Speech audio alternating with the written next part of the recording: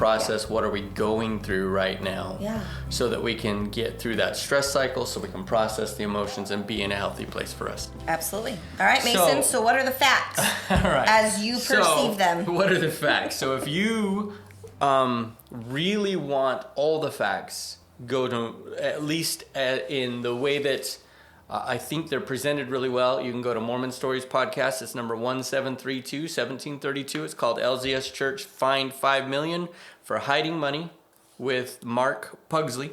Well, and I'm going to challenge you real quick. You said for all of the facts. I love Mormon Stories. We're not going to give them that much credit. For some of the facts in one spot that Mason is talking about, this would be a great episode. Because there's been several news articles, the investigation itself. Yeah, there's a lot of places you can go for. Let me clarify too. What I mean is that in this case, Mark Pugsley is an attorney who works with fraud, specifically things like Ponzi schemes. Okay. So you're taking big corporations who are basically hiding money or not doing what they need to do to protect money. So he has a world of experience in this kind of thing. So for me, it rings true. He also takes the time to go through the SEC report.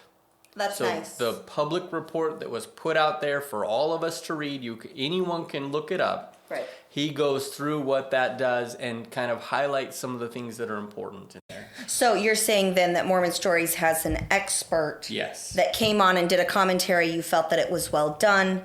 And so for our listeners, we would recommend you head on over to Mormon Stories episode, listen to episode number 1732.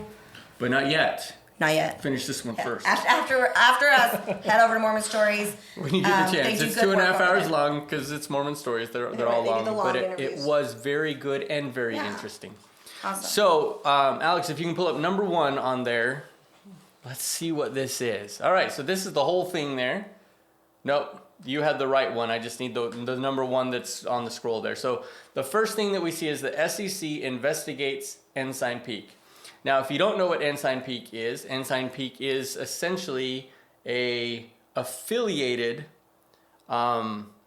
organization that the church is kind of being a little bit dodgy about how it fits in with the church, but ultimately from this SEC report, you're going to see that kind of plays out.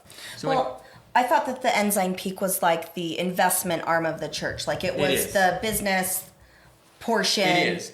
But are they supposed to be nonprofit as well, or are they for-profit investment? So I'm not going to go into that too much. From my understanding is that they fall under the window or the wing of nonprofit because of its involvement with the church. Right. Okay. But they're the investment wing, or at least one of the big investment wings of the church. Okay. So number 1, the SEC investigates Ensign Peak. Number 2 is the SEC finds that Ensign Peak is at fault. In other words, they've hidden money, they've hidden profits, they've tried to evade essentially taxes and other penalties or whatever. And I'm no investment guy, I'm no attorney.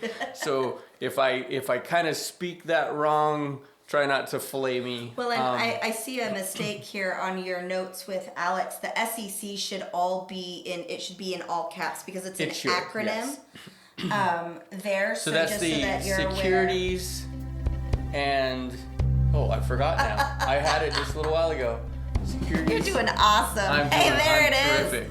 Good job, Alex. Alex did that. Was fast. That was fast, Alex. You're so yes, They are the investigative arm. Yes. One of the investigative Securities arms. and something commission, and it will come to me here in a little bit. So if somebody out there on the chat knows, put it up there so we can see it. Or Alex will look it up or something. Exchange. But anyway, Securities and Exchange. There it is. Securities and Exchange Commission. So they find Ensign Peak to be at fault. All right, number 3. Because I don't want to belabor these too much.